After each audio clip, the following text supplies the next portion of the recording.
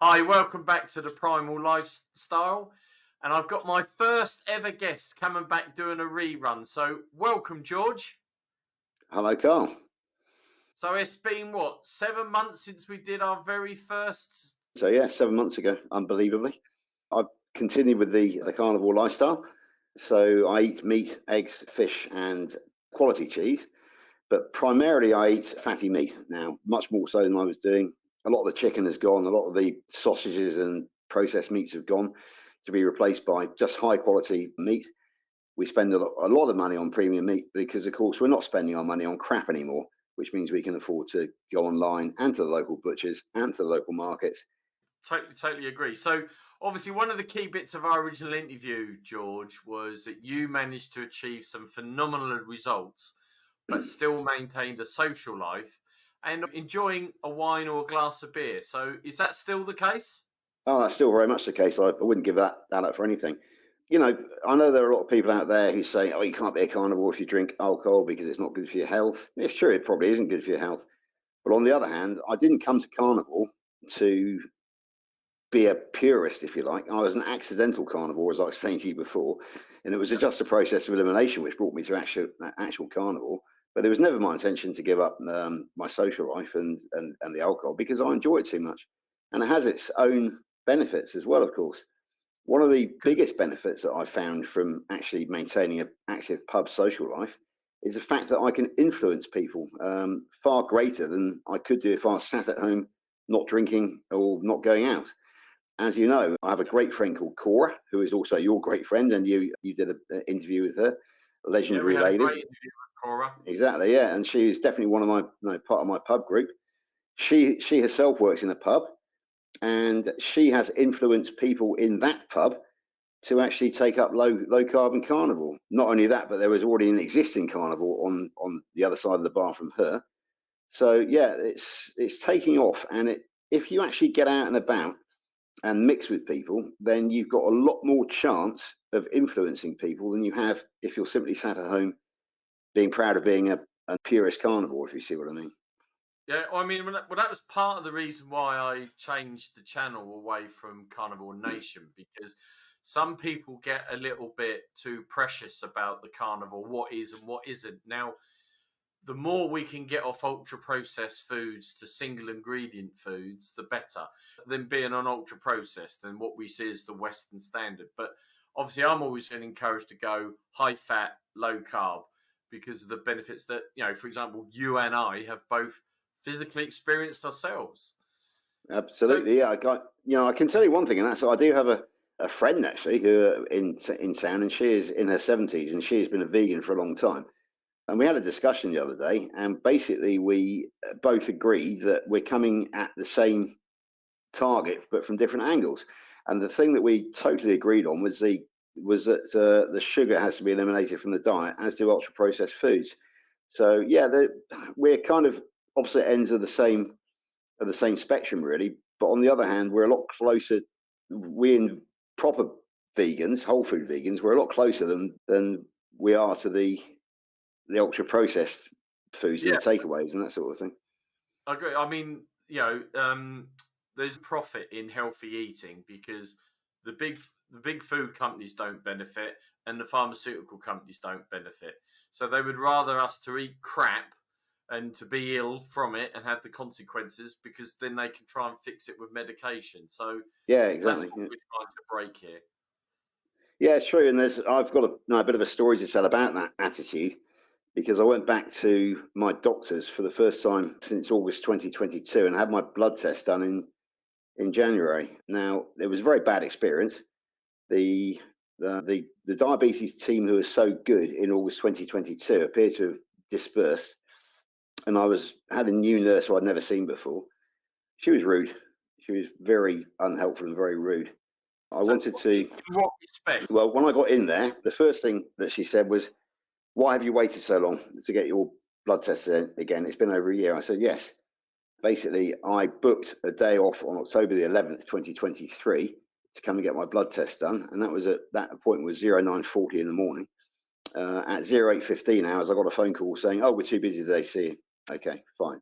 And I work in a fairly fast-moving construction industry, and it takes a bit of planning for me to actually get the day off. So I rearranged for January the 19th, I think it was. Anyway, so I went in and she said, "Why have you left it so long?" In those sort of terms, I said, "Excuse me, but it was you that cancelled me, not vice versa." I said on October the 11th. "Oh, we must have been too busy." And so there was no apology. There was no acknowledgement that she just actually accused me of something which she was to blame for, or they were to blame for. And then I said, right, can we just review my last results? Oh no, I'm too busy for that. But eventually, I persuaded her to do so, and it was quite a, I demonstrated to her who didn't know me the difference between March the 1st of 22 and August the 4th of 22. So, but she wasn't really interested. She remarked on the fact that I'd reversed diabetes, but there was no sort of, oh, that's really good. What did you do, or anything like that. So I thought, yeah, I don't like you, lady. I really do not like you. So we went through It's the. strange they have this Go on. attitude, don't they? Like Yeah. you're doing something wrong. Yeah, exactly. So we went through the motions. Everything was fine. But in August 2022, I weighed 109 kilos. On this occasion, I weighed 92. No, oh yeah, you're now 92 kilos. No sort of, oh crikey, you've lost a lot more. How did you manage that? No discussion about diet. No discussion about nutrition whatsoever. She took my bloods, and I said, right, how do I get my results?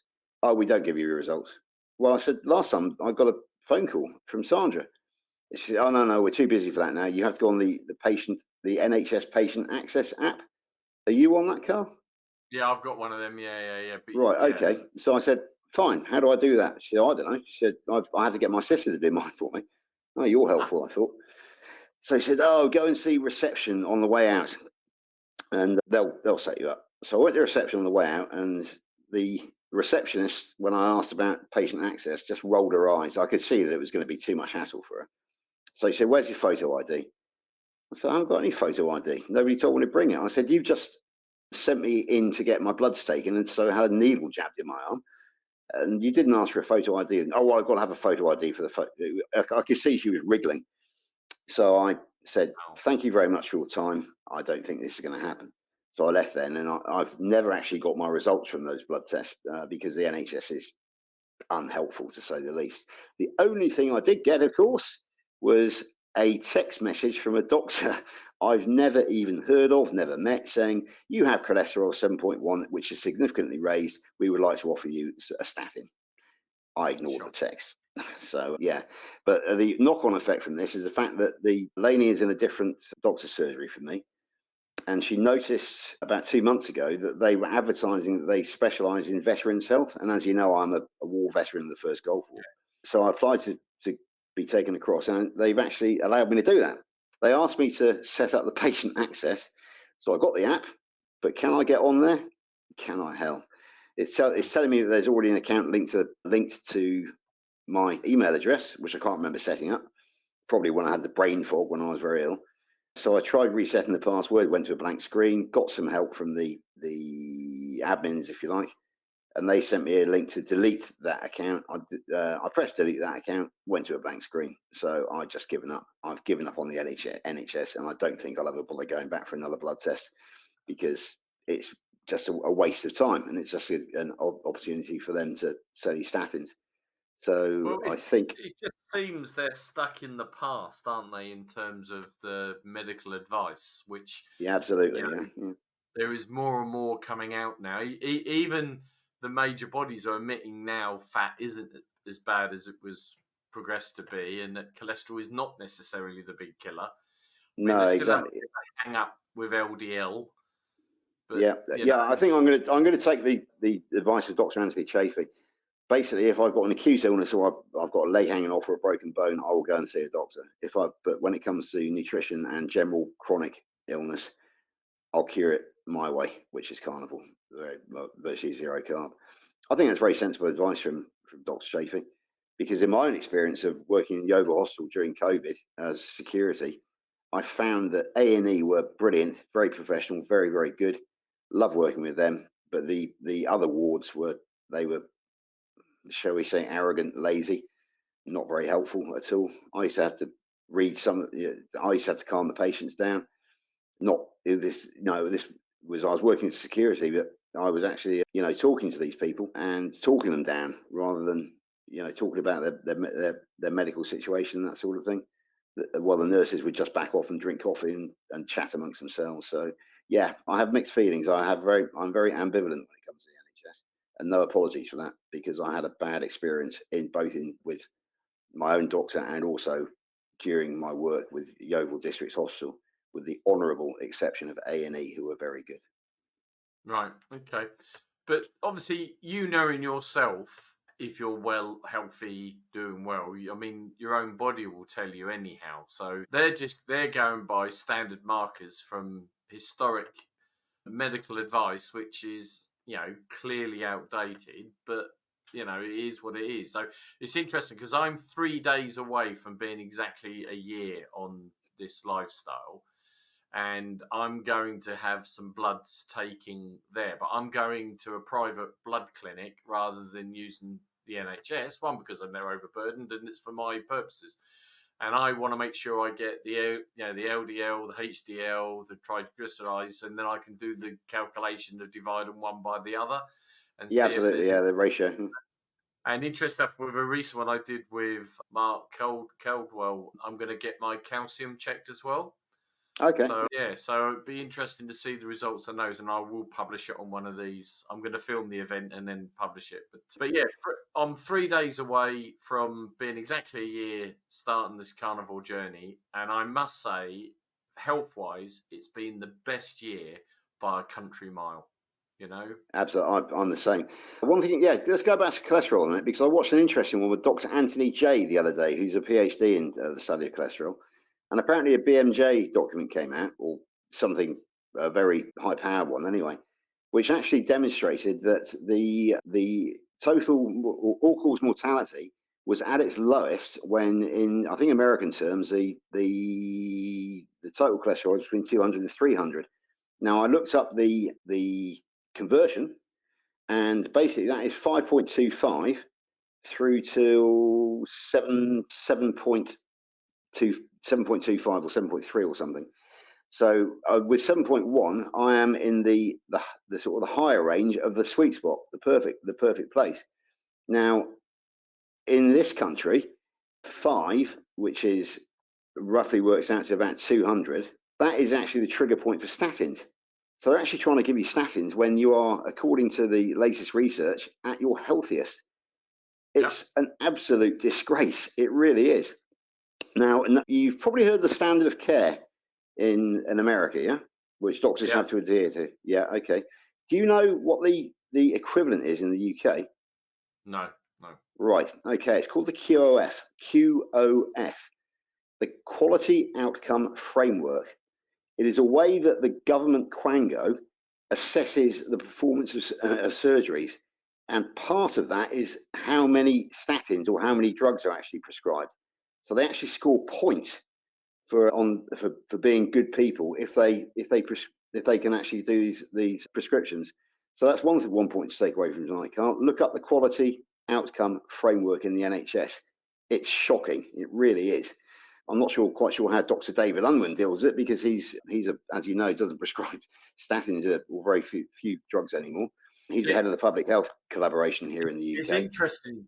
It's interesting because one of my most watched posts was my one that I did on statins, based around research evidence by Professor David Diamond. And I'm doing an update to it. I'm currently pulling the information together at the moment because I didn't realise this until again when I did Mark Caldwell. He pointed out that with statins, it crosses the brain side of it, so it can actually Yeah, start robbing the brain of cholesterol, which it desperately needs, absolutely. and which is why things like dementia are on the increase since statins have been introduced. So I'm Yeah. a bit more data about it before I complete the bit. But that, so statins to me personally is a no. Absolutely Yeah, no. I totally agree. I mean, it's been, as you know, it's been 7 months since we spoke, so I didn't know about the QOF then. I didn't know that statins were as recent as 1987. So Mm. the learning curve that we've probably both had since we spoke 7 months ago has been absolutely enormous. It really has. So this is, Yeah, one of the reasons why we're doing this tonight, because we have both improved our skills immensely. We both improved our knowledge immensely. As you yeah, know, I do a lot of research for some of the YouTube. I'm not a YouTuber myself, but I do a lot of research for our friends on YouTube. Larry the Carnivore Soldier, for example, DC Learning to Live over in Brisbane, Australia. Dave Yeah. Mack, the legendary Dave Mack, and of course we're all friends with people like Lauren, Alex, Paul, UK Carnivore guy. I'm a great admirer of Lee Copus, the Kent Carnivore. It's so there are roles for people like myself who are not content producers, but I'm more than happy to back you guys up, make comments, send any relevant information that I find. For example, Well, I found as you said, when I started this journey, I thought I was alone in the UK, and then quite quickly through you and because I'll say this on camera, I call you the puppet master, like a spy name, because you've got that ability. You're very good at networking and pulling people together. Because I got the fantastic Cora interview that I did, which I'll flash up some details on. I've got the fantastic Ash Lane, the boxing British Commonwealth champion. Through you got me a link to there. So you've been brilliant. But as you say, Alex, from Carnivore for Life, and UK Carnival guy Paul, and Lauren as well, great people. And I'm looking forward to doing our meet up. absolutely. And I believe some of the US carnivores are going to try and dovetail in so we can try and pull them all together. So that has really helped me on my journey, is the network and the groups that we're members of, sharing information. And interesting enough, I've had a couple of my close family members, both big lads, have both now heavily involved with the carnivore lifestyle and have had major improvements. And I run a comedy club, and 2 weeks ago I was at one of our gigs in Colchester, and one of the acts who's agreed to do a video with me in the future, couldn't believe it was me, was literally open mouthed and couldn't believe it was me. And once we got over that, we had quite a long conversation after the gig. And she's now on her own carnivore lifestyle journey. Yeah, And we've agreed to document it. And she's agreed to do, when she's in the right place, to do it. So that kind of is so rewarding for me, not just the results I've got, but the fact that others are benefiting from this. And I've got you to thank, George, for a lot of it, because you started the ball rolling for me. So that's really appreciated. that's very kind, Carl. But I mean, we're kind of on this journey together, because I can't remember exactly what 7 months ago it was, but I think you were my second interview that I did, because I did one with Larry, the Carnival Soldier, in September. So it That's must have right. been about October time that you and I sort of first Yeah. did our very unprofessional video. We're a lot better. We're a lot better now with StreamYard and with my decent headset. So yeah, we've improved in many ways, and it's just the amount of knowledge that we've picked up along the way as well. Because I think I dug out the Minnesota coronary experiment. I think you did one of your brilliant David Attenborough videos on the Voiceovers. Minnesota Yeah. coronary experiment. And then, of course, I kept on hearing Dr. Anthony saying about the Harvard shills, and I wanted some names. So I decided to research it, and it took me to a lady called Dr. Kristen Kearns, who did I think a 2015 or 2016 CrossFit lecture, and she was the one who actually uncovered the fraud, the corruption behind it all. And if you haven't seen that, please do go and watch it, and maybe you can put a link I'll put a below. link in below. Yeah. Absolutely, because it's amazing. DC himself did a feedback on Was it, that the as in sugar fraud? the sugar fraud, the Sugar Research Foundation, and how they paid off the three Harvard people to exonerate Ansel Keys, and basically to run down John Yudkin, who was the mild-mannered Englishman who knew it was sugar and not fat that was the problem. So yeah, we just learned so much. I've even learned who Rudolf Diesel was. He was the inventor of the diesel engine, and he ran his first diesel engine on peanut oil, which we're now expected to eat. And how basically, through Nina Teicholz, I've learned how Procter and Gamble produced Crisco in 1911, which introduced the seed oils into our food chain. And of course, what's happened since then? Cardiovascular disease, cancer, dementia, type 2 diabetes have all gone through the roof. So yeah, it's the knowledge that we gain on carnivore. It's just unbelievable. Once you see it, you can't unsee it. Yeah. There are lots of people living in a blissful state of ignorance out there when it comes to these things. we're trying to do our best to get the message out there, and I find the pub to be a very effective way of doing that, to be perfectly honest with you. Yeah. But the but it is, at least anybody who knows me and still carries on eating the way they do is living in a state of informed consent, because they know the health benefits of carnivore or Well, low carb. interestingly, the media have got some responsibility here as well because they love a headline and they'll put out headlines. So I'm currently working on a reply. The Daily Mail Online recently pushed out about the carnivore diet is going to shorten people's lives and how terrible it is. And I'd asked this nutritional nurse to comment on which gave, and I've fact checked everything that she said, and I'm pulling together factual answers back, and I'll push that out there. The other one was Harvard not long ago pushed out about meat is terrible with this interview they did of a load of nurses. But what they Yeah, didn't yeah, tell you is they said, did you have a pepperoni pizza? Yes, I did. Oh, then that's meat then.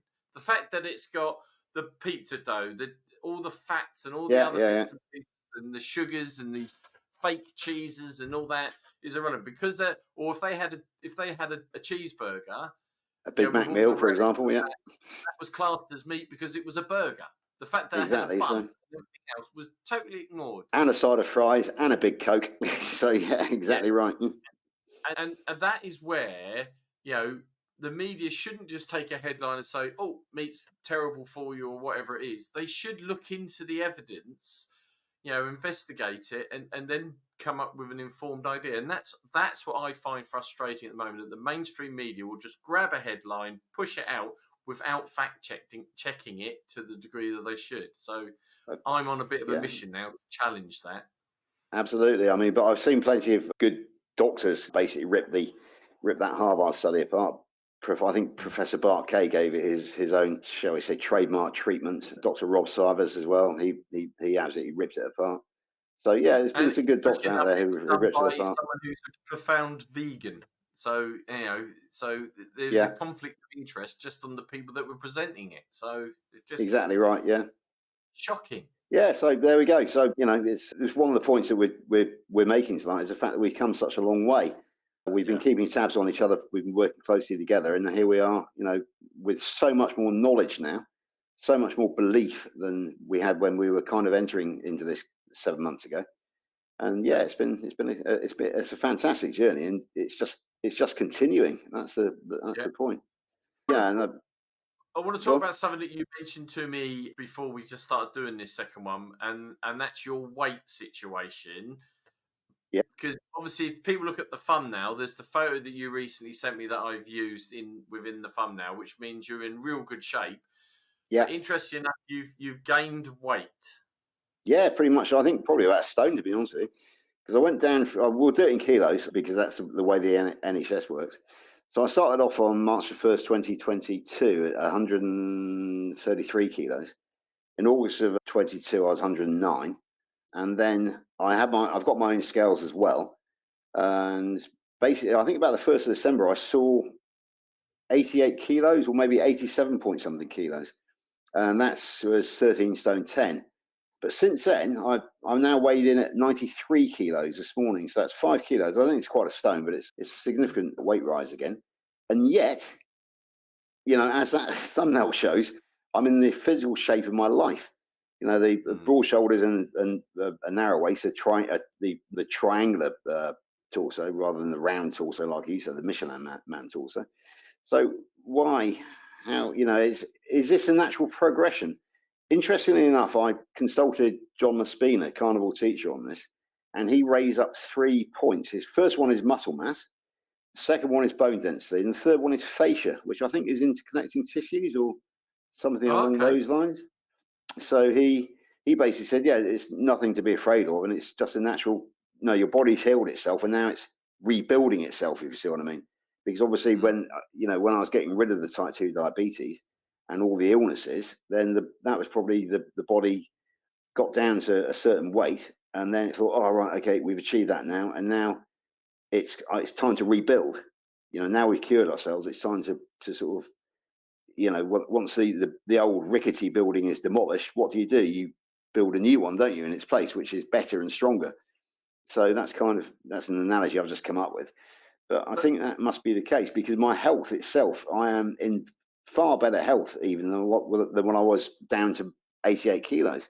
But that's You really know, interesting because I've deliberately in the first year didn't want to do any workouts, any gym work because I wanted to see if it was diet and not an excuse as people saying, "Oh, it's because you're working out and exercising," right? So yeah, yeah, now I've gained muscle density without a shadow of a doubt. My arms are getting bulkier and all that, and I'm not even doing press ups or sit ups or anything like that. I'm doing no exercise other than walking the dog.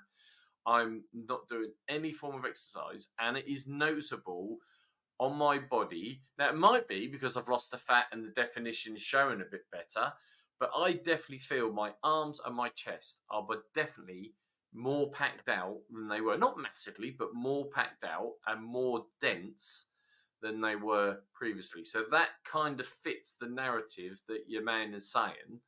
I hadn't thought yeah, about bone absolutely. density and I hadn't thought about the connective tissues, but that also kind of makes sense. Yeah, absolutely. Yeah, for sure. Because as we know, the problem with a lot of our vegan friends do suffer from is weak bones, osteoporosis, and very brittle bones. So Yeah. that is probably a bone density issue. So when you've got the good old cholesterol going around the body, delivering all the building materials to the cells, the mitochondria, it makes sense that the bones themselves will become stronger. And the only way they're going to become stronger is if they become reinforced, if you like reinforced concrete. So obviously, Mm. a hollow pipe is not going to weigh very much, but a hollow pipe which has actually been filled with concrete is going to weigh more, isn't it? So does Yeah. that make sense? That Yeah. again, that's just another analogy which I've come from the top of my head. So yeah, so I'm not at all worried about the fact that I've put an extra few pounds on, 10 pounds or a stone back on because I'm in the best health of my life. And interesting you say about the exercise because I'm 58 now, going on 59 and I have an inguinal hernia, which means I can't do any lifting. And that's thanks to the fibre and all that straining on the toilet back in the old day. God, it's so frustrating. But at least I'm not in the same state as poor Lee Copus, who lost his colon. And also, my knees haven't come back. They are the last come back. So I can't run anymore. Walking is not as unpleasant as it was, but it's not really a leisure thing that I can do. It's more of a practical getting from A to B. Although I still do walk down the post office and I'll go for a couple of miles at the weekend. But yeah, the body shape, the body composition has come without exercise. So Mm. back in the day when I was a carb eater, to get a decent body shape, I had to go low calorie and high exercise. Now it's high calorie, low exercise, and the body composition has just come naturally. So we're learning. We are all our own n equals one, and that's me basically. I think it's So probably the same for you. if you had to do it as a percentage, how much of carnivore is your lifestyle now? Oh For me, crikey! I'm about 95, 90 to 95. Yeah, I'd say probably 85 to 90, and that's being hard on myself. But it's the alcohol which is the main detractor from it, which is grape juice and maltose basically in the form of beer and wine. Now, there's one interesting point. I had a bit of gum trouble back along, and I did a bit of research. And basically, alcohol does strip the body of vitamin C. So the measure I took is to every day I buy a lot of lemons, and every day I drink the juice, not the flesh of two lemons, in lemon water. And the gum disease very rapidly went away, and my gum health is perfect again. So we all know that we don't need vitamin C on carnivore. However, if like me, you are damaging your ability to absorb vitamin C, then I think it is a good idea to supplement vitamin C. But again, naturally, not with a pill, but with a juice with a couple of lemons every day. Doesn't do any harm, and it tastes delicious as well. And the fact that it tastes delicious probably means that my body wants it. That's another non-carnivore. The other one being coffee. Never intended to give up coffee, and I do like coffee mate, the white creamer in it. Don't have a problem with that because it's only a few carbs that are going in. And as I've always said, carnivore is I'm not there to serve carnivore. Carnivore is there to serve me, and it's doing it very effectively at the moment. And my life is so much better, so much more fun, so much more busier, so much more energy, which is something we need to talk about as well. Because I know that you're basically doing three jobs at the moment, which is this, your own company, and of course your comedy club. Yeah. I am in the same situation now because I'm doing a lot of behind the scenes for Carnival. I'm across all channels all the time. I work 10-hour days in the construction industry, Monday to Friday, but I've also recently been appointed as a bloodstock agent for a young startup racehorse trainer because of my wasted youth and my 53 years of studying the history of horse racing rather than studying my academic projects. I remember when I was doing my O levels, my father said, if I could if I would spend half the time studying French and history that I spent studying the history of the Derby Stakes, and he would have been a happy man. But yeah, anyway, so after 53 years, I'm finally got the energy and I've got the connections now to use my horse racing knowledge to good effect. So basically, I am flat out from 5 o'clock in the morning until I go to bed at 9 o'clock at night. Now, it's only Carnival that's given me that energy because back in the old days, I would have had no chance. I found it hard enough to just drag myself out of bed to get to the 9 to 5 job to pay the bills. Now I'm leaping out of bed at 5 o'clock in the morning. I'm doing a full day's work, and lunchtimes are often spent rapidly researching the sales catalogs because I help John buy horses. If I've got the sales catalog in here, I was looking at it earlier because we're going to go to July Newmarket sales and buy another couple of horses hopefully. So yeah, so basically, yeah, and then of course, as you know, we are a cancer-stricken household, so I've got to try and help Lainey get through that. So it's the carnivore energy. It's just unbelievable. It's almost like we become victims of our own success because we are Mm. so damn busy now because of the carnival and because carnivores are naturally enthusiastic people anyway. It shines through. So Mm. you're enthusiastic about your channel, you're enthusiastic about your business, and you're enthusiastic about comedy. And I feel the Yeah. same way about my whole life. So And I think there is the never. speed I don't watch TV anymore, for example. I just don't have time to watch TV. So Yeah, the yeah, speed of thought is so much greater as well. I'm finding where before, like you, I'm a regular up between 5 and 5:30, and when I wait, I'm thinking straight away this. It's not this sort of like I'm just waking up and no, it's bang. I am like an ever ready recharged bunny. yeah, yeah. That's It's incredible. exactly the same as me because even if I've had a drink the night before, and when it comes to drinking, I actually drink in the afternoons, not the evening, so I get plenty of quality sleep. So the hangovers are gone. The lying in bed is gone. 5 o'clock in the morning, ping, and I've got 2 alarm cats as well, which does help matters. So yeah, so 5 o'clock in the morning, that's it. I'm up and about. Weekends as well. So yeah, the carnivore energy is just unbelievable. It really is, and the balance of energy. There's no more afternoon feeling tired. There's no more needing a Mars bar or a packet of crisps in the afternoon to get your energy back. It's just constant energy throughout the day until you get tired at the end of the day, and then of course you get better quality sleep. And so I I was going think, to ask you yeah, I was going how to are say you because finding yeah, sleep? I think you were saying you don't get kicked out of the bedroom anymore, do you? Because you're not snoring. And so Exactly. yeah, it's very similar for me.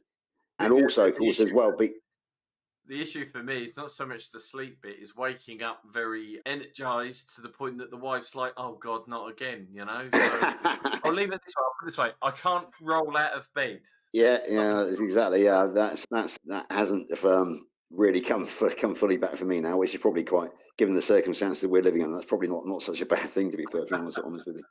But yeah, I know exactly what you mean. I've lost my train of thought now, Carl. Sorry. Yeah, yeah, the carnival energy we were talking about, weren't we? Yeah, see, that's just the constant energy. It's just unbelievable. It really is, and the regularity of it, and the So carnival meals zen as well. So so meals wise, are you OMAD? Are you couple of meals a day?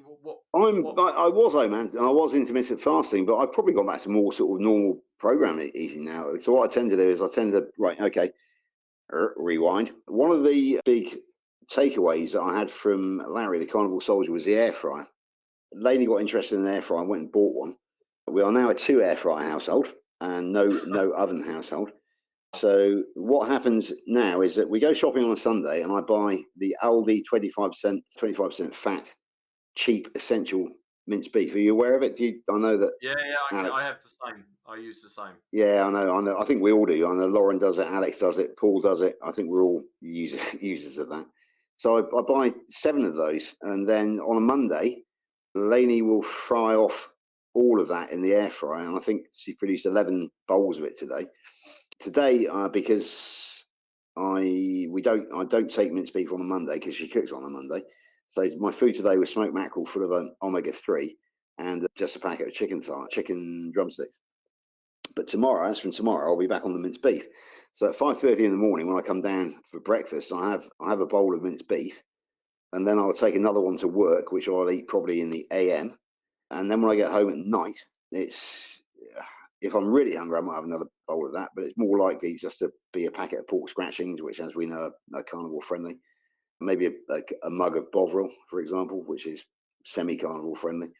Yeah, so it's I would say too mad. Too most of the time I'm too mad now, which is tends to be early in the day. Oh, and the other thing as well. Remember I mentioned coffee. I've learnt not to drink coffee in the PM because then it has a knock-on effect on my bladder at night. And that was the other thing which I was going to talk about before I lost my train of thought when you were when you were talking about your energy. And that's that the sleep is much better because now I've got no longer got diabetes. My bladder isn't waking me up every hour and a half demanding to be empty. In fact, I'm very proud of the fact that one night last week I actually managed to get the full 9 till 5 without a pit stop. I woke up with an aching bladder full, which I had to deal with quickly, but I actually managed to get the entire 8 hours sleep without the usual middle of the night old man's trip to the bathroom. So yeah, that's another massive benefit. Obviously diabetes. There is a scientific reason why you produce more urine, but that's all gone now as well. So sleep is much better from that point of view.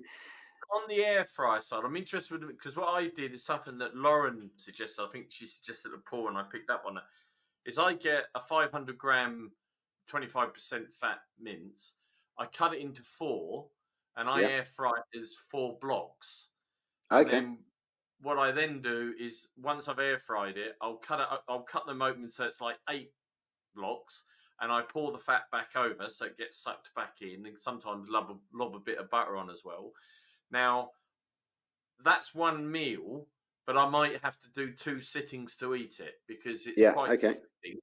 So I might have it initially, and then I might leave 2 of the blocks or 3 of the blocks, and then 6-7 hours later I'll finish up. And what makes people cringe is obviously by then the fat is congealed. So Yeah. I'll literally scoop up the fat and eat it because it is just absolutely delicious. Yeah, it's true. Because what happens when Lady puts it into the pots and it goes in the fridge is all the fat floats are surfacing, as you say, congeal. So there's a thick layer of white fat when I go to microwave it. And of course, when I microwave it, it simply melts back into the mince. So yeah, Mm-hmm. you get this lovely sort of liquid fat, all this lovely mince swimming in liquid fat. And I use a soup spoon to eat it. So yeah, that's Okay. sort of Monday to Friday. But I think we need to talk about weekend when it comes to food as well, because that's a change up. As we mentioned earlier, Lainey is a massive quality meat buyer. Yeah. So we got into a kind of routine now, whereas I come home fairly early from work on a Friday because we finish an hour early. And then we will have our main meal, if you like, of the week, the traditional roast, for example. So again, so she'll roast off something in the air fryer, which is quite big. And then it usually lasts over the weekend, maybe even into the following week. For example, we like the veal rump that you can get from Rose's Western Rose Veal, and that goes in the air fryer. Comes out very tender. I think I sent you something on the rose veal. Yes, you Yeah, did. I'm I think sure I I did did. one of my reviews. Yeah, I'm sure I did exactly. one of That's my. right. Yeah, yeah. That's absolutely delicious, and it's big enough to last the 2 of us, over the course of the weekend, and sometimes even the next week. Or she Yeah. might on a Sunday, if it's not a particularly big thing on a Friday, then she might do something again on a Sunday, and that again might form the basis of my meal for Monday. So yeah, Tuesday to Friday morning is all about minced beef as our breakfast for Saturday and Sunday as well. But the second meal of the day tends to be a quality meat which we bought either online or from the butchers. Just to mention the quality online things that we settle upon now. Weston's Rose Veal is a very important one, and then we have Field and Flower, which is in Somerset, and the Dorset Yeah. Meat Company, and also Campbell's of Edinburgh, I think as well. We use those. So those are the 4. We've been through a couple of others, but we've decided that those are really our go-to. And when it comes to Well, pork, remember you did the boxing match between the Black Sheep and the Dorset yeah, Meat Company. I was expecting the Dorset Meat Company to come out on top, whereas in fact the Black Sheep actually did. The Black yeah, Sheep's about 16 miles away from us, but when we want to go and get really good pork on the bone, then that is where we would always go to now. yeah. It's just worth it. It's we don't buy the only supermarket meat we now buy. Be careful. It is the minced beef. However, we did go to Lidl the other day for various reasons, and we found a tomahawk steak for a box tomahawk steak for £17.99. Lainey was on it like a terrier on on a rabbit, because Okay. apparently she estimated that to be worth tomahawk steak about 40 quid normally. So Wow. that's now residing in our fridge, waiting to be eaten. It's got a use by date of the June 29th. So that will be used up sometime between now and then. But it's only Cool. very rare that. Also, the Wagyu beef burgers from Aldi we're quite fond of as well. But nearly all our shopping's either done market butcher or online now. So Yeah, that's the story and it's behind and that. it's great to support these businesses, rather than the Absolutely, yeah, yeah, supermarket. It's really good to support the local, either the local butchers or the online sellers, because they're all using British. Because it's interesting, yeah, because I'm exactly gonna right. I'm gonna try something that I didn't think I'd ever try, and I'm probably gonna start doing it maybe next week. So I've got to order some more quality, and I need the quality meat, and that's I'm thinking of trying for a period of time, going raw rather Yeah, than I did see something about that. Yeah, yeah, yeah. yeah. I did an interview of a guy that's been raw for like something like 7 or 8 years, and it kind of thought, well, I'm one of these people. I'll try things, but obviously, he's given me some suppliers to do, so I'm going to order from them, because when I'm eating raw, it's absolutely not cooked at all. I need to make sure I've got the confidence in the meat, because I Of just don't course, want yeah. to take any unnecessary risks. So I've got an order gone in there, so I'm just waiting for that to turn up so I can start it. But I'm gonna try and document that as well and see how that goes. I used to have my steaks blue, so I'm not expecting Mm, it to be a major problem. But obviously, that used to be a fillet steak, a lean piece of meat. yeah, yeah. It's me now going down the line of the ribeyes and the sirloins and eating raw there. So I'm expecting, because I like fat, but I like the fat when it's been softened from the cooking Of process course, and yeah, brought. yeah, yeah. So it's going to be interesting, but it's not something you fancy doing, then, George. No, I've eaten plenty of raw steak in the past. I have done actually, to be perfectly honest with you. But I find it a bit bland, to be perfectly honest with Mm. you, because it's the cooked fat which gives it the flavour. You know, Often if I'm cooking a big steak, I'll cut a bit off it first and eat it raw as I'm cooking the rest of it. You see what I mean? So yeah, I've got no aversion to eating raw meat. Just a bit flavourless, really, to be perfectly honest with you. Texture's fine though, and I'm going to see how I I get on remember there. when I was a fisherman, I used to sometimes use raw steak on the hook for fish, and again half the time before the fish got to it, I actually eating it myself on the bank. So I'm experienced with raw steak, but it's not something I fancy doing again.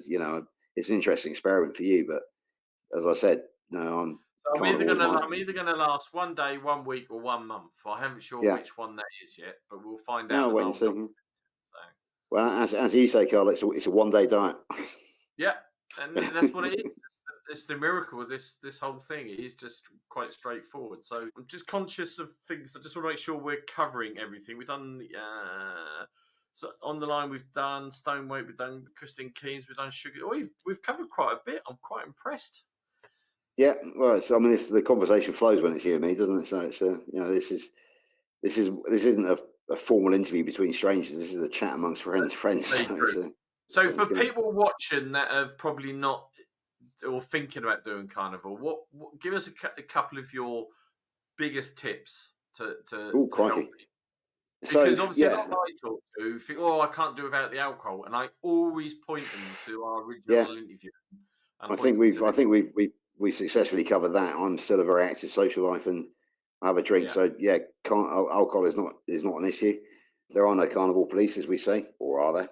So yeah, you might find yourself red carded by certain members of the carnivore community, but then again, they are the boring, dogmatic ones, not Yeah. the fun ones like all of our friends that we've mentioned so far tonight. So all I point out is your liver is key for the carnivore because it's producing the bile, it's creating the ketones, etc. When you have alcohol, the liver then has to process the alcohol to break that down. So all you're doing is putting things on hold when you drink Yeah, alcohol. exactly. Yeah, I mean, You know, alcohol is the fourth macro. It is a source of energy, yeah, and the body does use it. Oh, that's another point we can make is I have this theory which I always mention, and that is alcohol has been accused, convicted, and jailed for the crimes of fructose because yeah, fructose actually is worse for your liver than alcohol, than ethanol, because yeah. it's processed down into aldehydes in exactly the same way. Now, I consume very little fructose. The lemon juice maybe has a little bit in it, maybe a little bit in the wine. And oh yeah, one thing I did forget to mention is I switched wines now from Sauvignon Blanc to Soave because Soave is Oh, even lower carb than Sauvignon Blanc. So yeah, I am not damaging my liver with fructose in any way, shape, or form. I'm not overwhelming my liver. If you pour alcohol and fructose in together, it's a double pronged attack, and your liver's got no chance. You just get fatty liver straight away.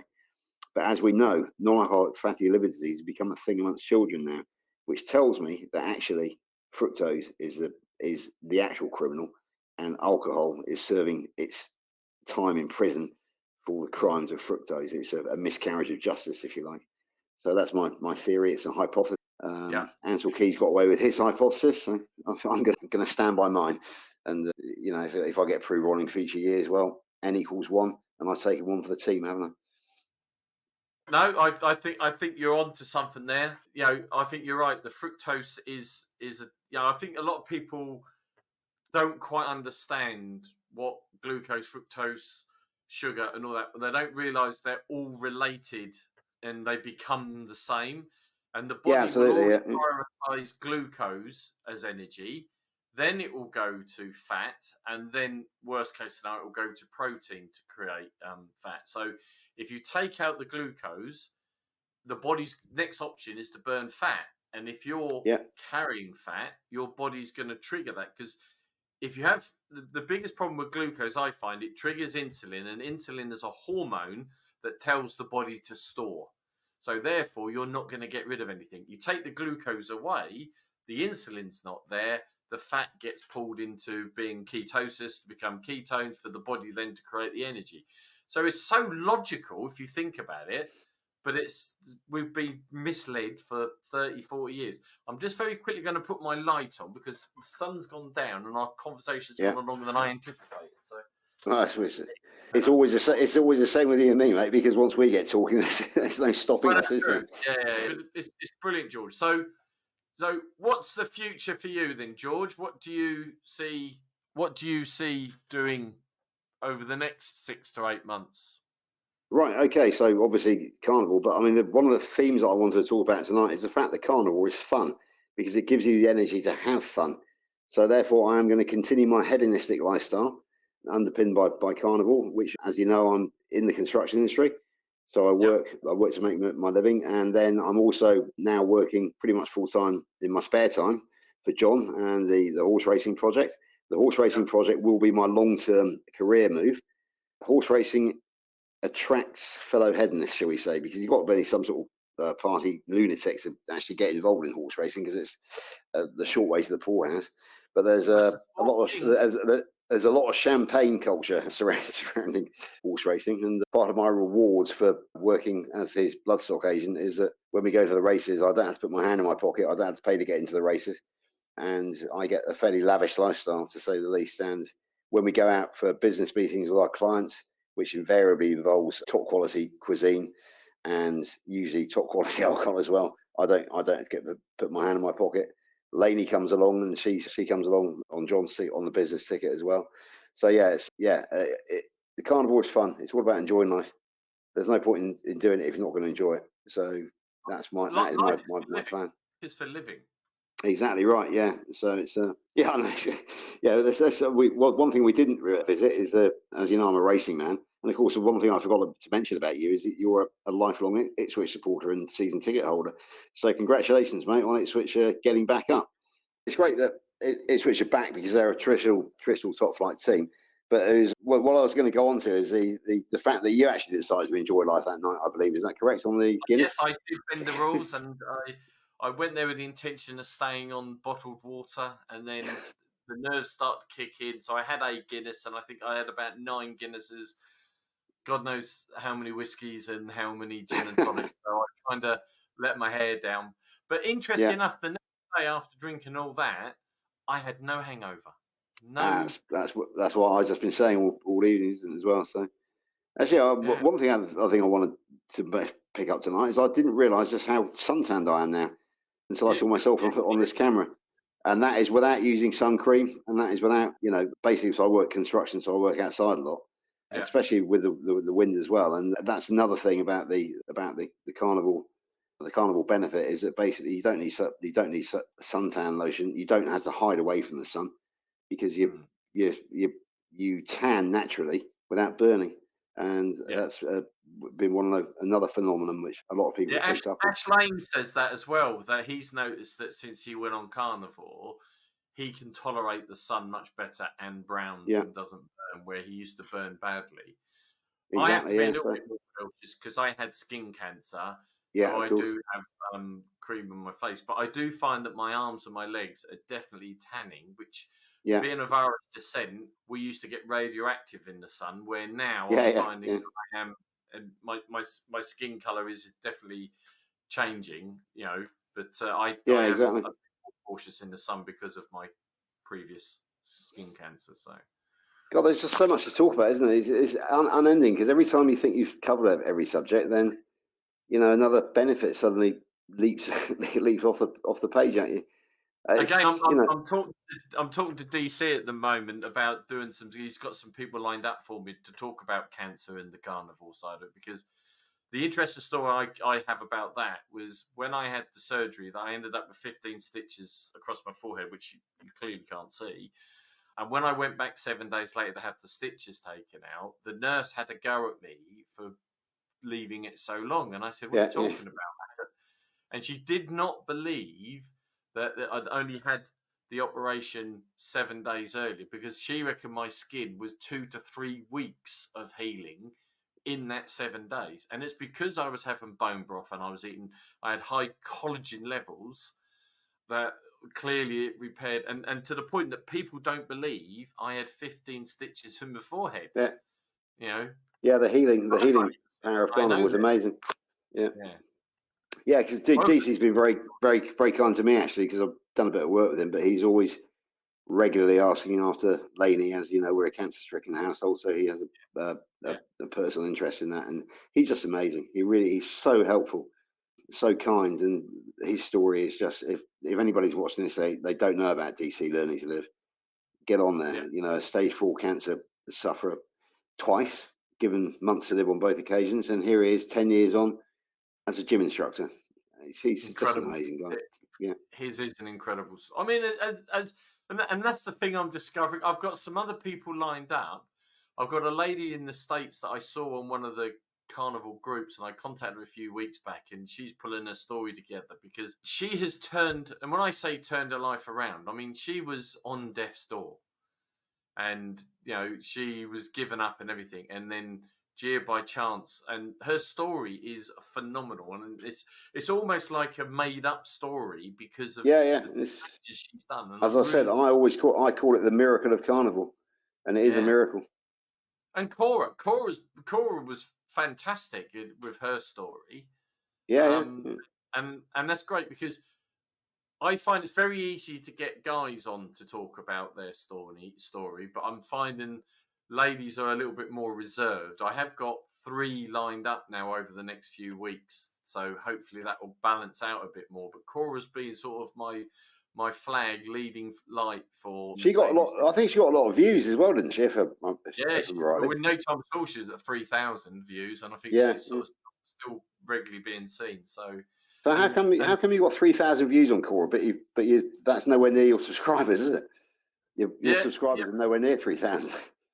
but the thing, how I mean, I'm not into vanity, and yes, I'd like to get more people because more messages are coming out. But interesting enough, my core viewers all seem to watch the videos I do. There's not you get some people that will subscribe to you, and they may never come back, or they may occasionally. But if you Oh, look at right, okay. my stats, the vast majority of my subscribers visit all the bits. It's the tip off is where the algorithm starts throwing it to other people, and Yeah, you're the first one because, interesting enough, you're going to be the first again for me here because YouTube have changed something where you can use different thumbnails to promote, so they spread it wider. So I've got, as I've shared with you, I've got 3 different thumbnails for you, even though everyone viewing you will only see one of them. But the idea is it helps other people that we're going to see how it works. So you're my guinea pig again, George. So okay, yeah, fair enough. be interested to see the viewing figures on yours Yeah, and the brilliant. what Okay, and all that. So we didn't excellent. get to any of the tips I asked you for people that are watching. So I'm not going to let you get away with that. So if you're spreading the word, you've done it on the sites you've worked at. What's the Yeah. 3 things you tell people that are considering coming on the carnivore life journey? Well, the first thing is take a. Actually, yeah, I can answer this one straight away because I carry the before and after. Carry the before photograph around with my phone, and that's the first thing I show them, and they will go, "Wow, that's a different person." What you mean? You only eat meat? Well, I say no, I eat meat, fish. What, you don't eat fruit or veg? No, I don't eat fruit or veg because Is it this fiber's one? bad for you. Yeah, yeah, it's one of them. Yeah, that's one of them. Yeah, I'll one I send had. you. Actually, I've got a slightly better one now. I'll send. Unless you're Yeah, more recent one. that was yesterday, I think, wasn't it? At lunch, yeah. Yeah, Yeah. 21 stone down to 14 and a half stone or whatever it is. I'm now 14 stone 10 or something. Yeah, so that is the most shocking one. I mean, the other great thing as well is because the construction industry, you kind of move around, you follow each other around. Now, I started the job about 4 weeks ago with Rachel, who you may be familiar on the horse racing WhatsApp group, because she's big into horse racing. Back in 2018, she and I actually joined the construction industry together and did the 3-day course as a traffic marshal or vehicle marshal, and I haven't seen her since. So she's striking. She has a dyed purple hair. So when I turned up at work and saw Rachel there, I recognised her straight away. So, oh, Rach, it's nice to see you. She went, what? Who the hell are you? So I said, it's George Wow. from the CPCS course. Good God, so it is. So what happened to you? So that's a love that as well when people just don't recognise me, or they say, God, you look great. I try not to be the the foghorn. I try and be the beacon. So when people come to me, the before and after photographs, if they're really keen, got my viewing list for Carnivore for I can't remember exactly what's now. Zoe Harker, What About Fiber? That's definitely on it. Nina Teicholz, Seed Oils. Kelly Hogan and Dr. Ken Berry, Woman Eats Only Meat for 13 years, which is what turned me to carnivore. So I've got my beginner's kit on YouTube. And if they show genuine interest, I'll forward those things to them. And I think the other one is the why that makes you cry, as Lisa Weidman says. My why was illness. I lost a lot of good friends who dropped dead in their 50s, and so I knew I was heading the same way. So I had a very strong why. Now I've got a young carnivore, my last job called Callum, and his why was don't like veg, love meat. Fair enough. So you're a natural carnivore. But for those of us who have been brought up as to eat our vegetables, you have to change the mindset a bit, which I've had no problems in doing now. But it took me quite a long time to change that mindset. So yeah, it's those are the sort of things. Do your research. Look at what I've done. I'm thriving.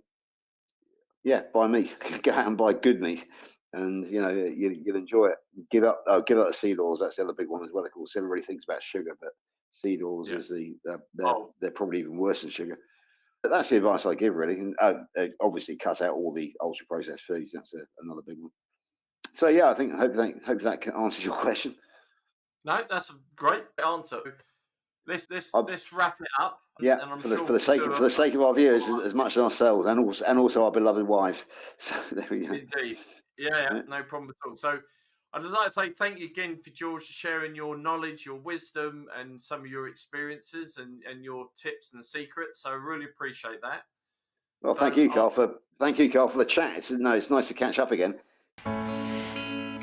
thank you for watching.